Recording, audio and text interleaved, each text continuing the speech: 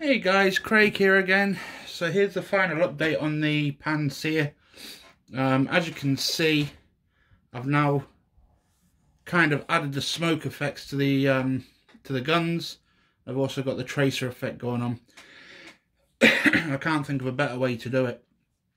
So nothing's really changed since the last time you've seen it, except for the actual tracers coming out of the guns and the little bit of smoke that I've put on coming out of the muzzles. But in essence, it's a little bit wobbly here because I need to press the buttons to show you everything working.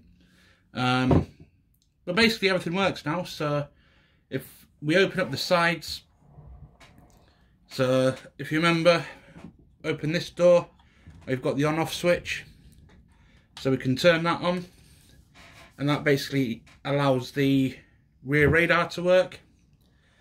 We've still got the rear lights on the back of the truck down here for the tail lights, as you can see.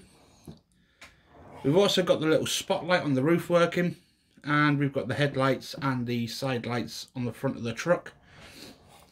So the next part that I've added, which you haven't seen working yet, is the actual tracers. So just for ease, I've left the turret open. Where's the button?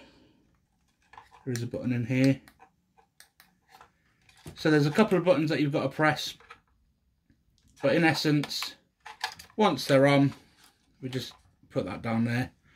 What we've got is the actual tracers coming out at the end of the guns. So hopefully that might make things a little bit better. So moving this in here, it doesn't look that particularly impressive on the camera, but you get the gist. So basically it looks as though the it's firing its tracers. These are all still movable, so you can move each gun up and down and the like. And that's pretty much us. So hopefully if I turn the main lights out, you should be able to see, yeah, although it looks orange and that, but you kind of get the gist on the guns. It looks as though it's firing its tracer off. And then, as you remember, we've got the brake lights at the back still on, and then spinning it around, the old headlights and the spotlight on the front. So yeah, at that sort of angle, that actually looks alright. But it gives you the impression that it's firing its tracer off. So I'm quite happy with how that turned out. Put lights back on. So basically what I've done to do the tracer effect, let's just turn all this off so we don't waste the batteries. So we'll turn off all the lights first. So we'll turn off the little switch at the side. And then underneath, we'll turn off the actual thingy, the tracers. So, moving forward, how can I do this without breaking anything? So it looks kind of messy on the inside here, but that's just purely down to ease of doing the video and to show you it working. So let's try and get you off of here. So inside the actual turret itself, we've got a circuit board.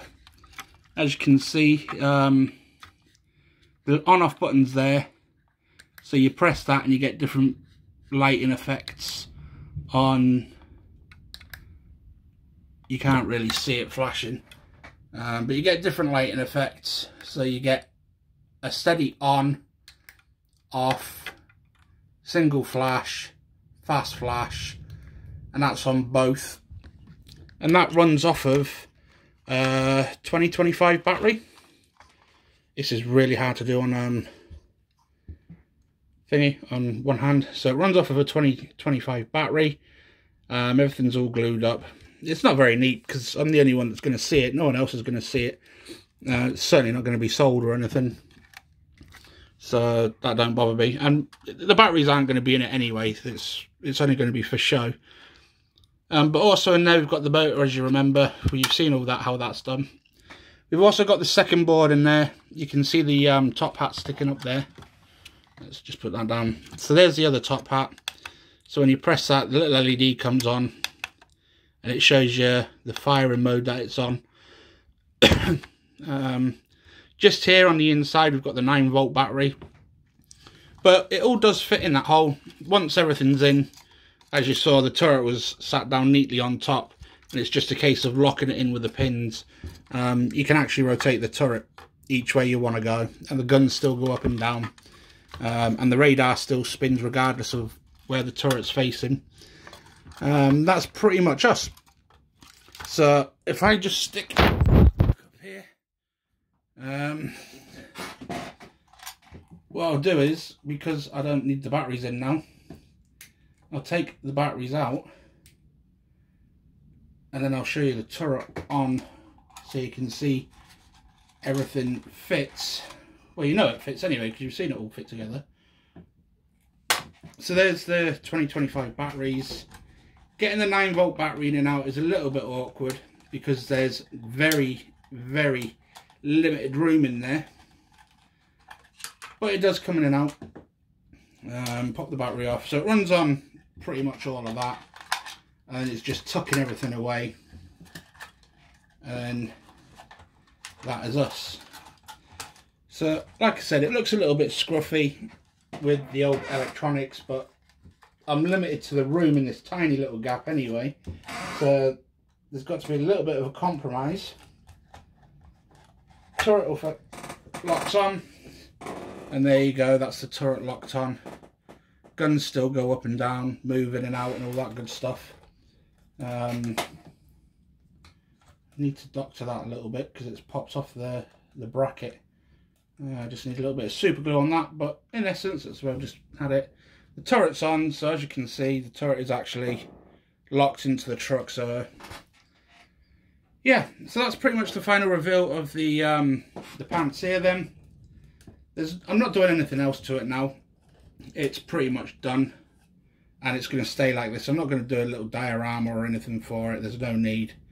And that, not only that, I don't have no space for it anyway, because I'm doing a bit of a diorama at the minute for a group build that I'm doing.